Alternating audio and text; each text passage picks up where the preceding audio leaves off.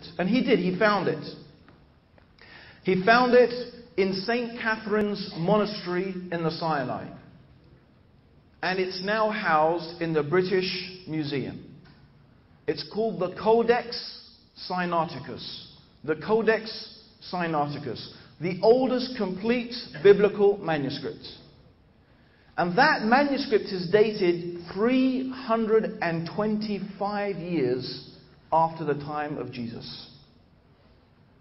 And it is not even a complete biblical manuscript, because what we find in it are some gospels, a gospel according to the shepherd Hermes. Have you ever heard of the gospel of the shepherd Hermes? I doubt it. You won't find it in any modern Bible. There's also an epistle of Barnabas that you will not find in any modern Bible. Okay? And the reason is because these Gospels were considered to be apocrypha. Apocrypha here means, by the way, hidden from the people. Who hid these Gospels and why? The history, when we study it, becomes very, very interesting. And it's very interesting as well to note that the people who started this inquiry and this line of inquiry, the people who started asking who was the historical Jesus, was the early Protestant movement. It's interesting because some of the most hardcore, fundamentalist, blind and fanatic Christians are born-again Christians that actually have now descended from the Protestant movement. But the original Protestant movement started as a challenge to what they considered to be the idolatry of the Roman Catholic Church.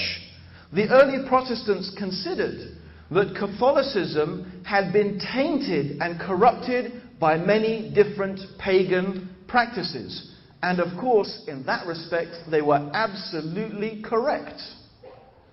This is not, by the way, a subject, unfortunately, that I'm going to deal with in depth today. I'm giving another talk in Melbourne called The Passion of Jesus Christ, the Son of Mary. And in that talk, I will be detailing the pagan origins of Christianity. I hope I will be able to show any fair-minded person that Christianity is not a monotheistic religion. It is in fact a type of paganism. It's a mixture between monotheism and paganism. And hopefully in that lecture we will see how much of Christianity has in fact originated from pagan practices and pagan beliefs, including the Passion itself. And how much of the theology of Christianity is not monotheistic at all. It's rooted in pagan nature worship. And we will examine that in that talk, but we don't have time to do all of that today. It's just as a side point. As the Protestant movement. So they wanted to discover the historical Jesus. They wanted to strip away all the trimmings and all the additions and all the corruptions that the Roman Catholic Church had attributed to Jesus. Mariolatry, the worshipping of Mary, the worshipping of saints, the adding of sacraments, and so many practices and so many teachings and so many beliefs that in their opinion Jesus had never sanctioned and Jesus had never taught. It was a very noble and correct aim. And that's what they started to do that. And they started to begin to ask, we want to know the historical Jesus. We want to know the Jesus of history. Not the Jesus of mythology, not the Jesus of theology, but the true Jesus. What did he really say and what did he really do? And so to discover that, they started to examine and analyze very closely, perhaps for the first time in hundreds and hundreds of years, they began to analyze the literature that they had available, the Gospels. And then they began to ask this question, the historical Jesus. Who was the real Jesus of history? Not the Jesus of theology, not the Jesus of mythology. But what did he do and what did he really say? And that's when they began this form of criticism, biblical criticism. And to do that, they had to try and discover the history in those texts. They had to try and see which and how much of these texts were truly historical. Now, it's very interesting that we still have the writings of many, either directly or quite often indirectly being reported by other writers, of what are known as the church fathers, the founding fathers of Christianity, people whose names you're probably not familiar with. People like Origen, Clement, Papias, Irenaeus. These were some of the names of the people who were the early founding fathers, the scholars of early Christianity. And it's very interesting to find that also we find in their writings, what have survived of them, they are quoting from Gospels. But the quotations and the things that they quote, we don't find in the Gospels that we have in front of us today.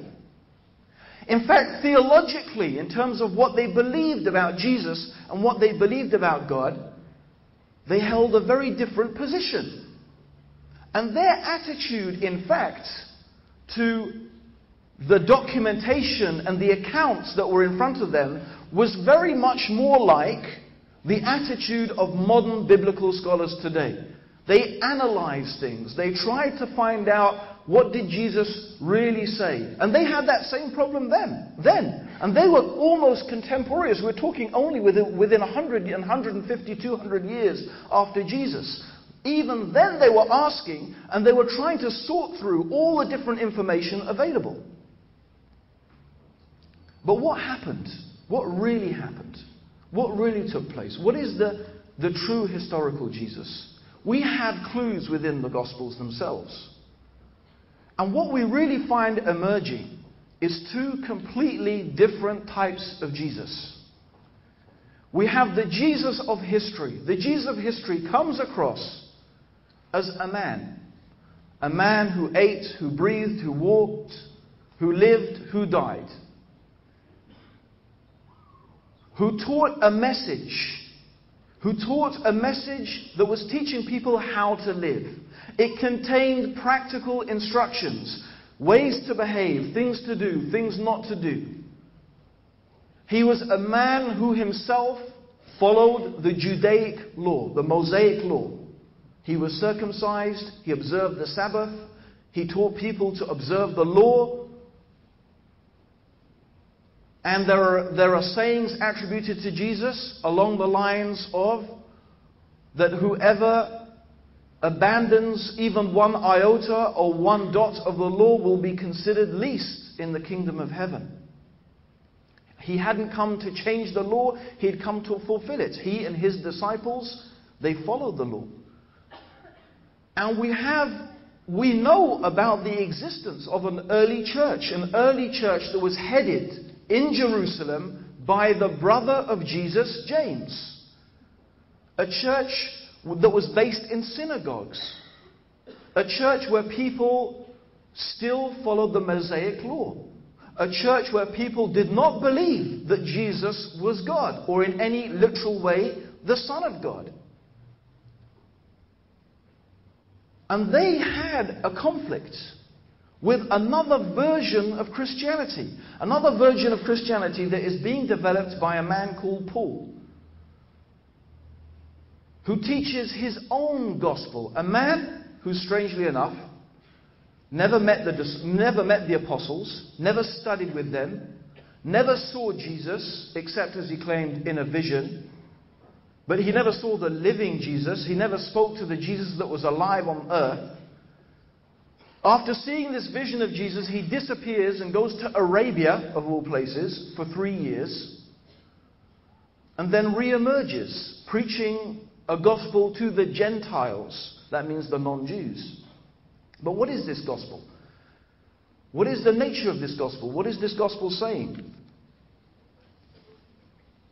This gospel is teaching a different message. This gospel is teaching that the law is cursed. That you don't need to follow the law.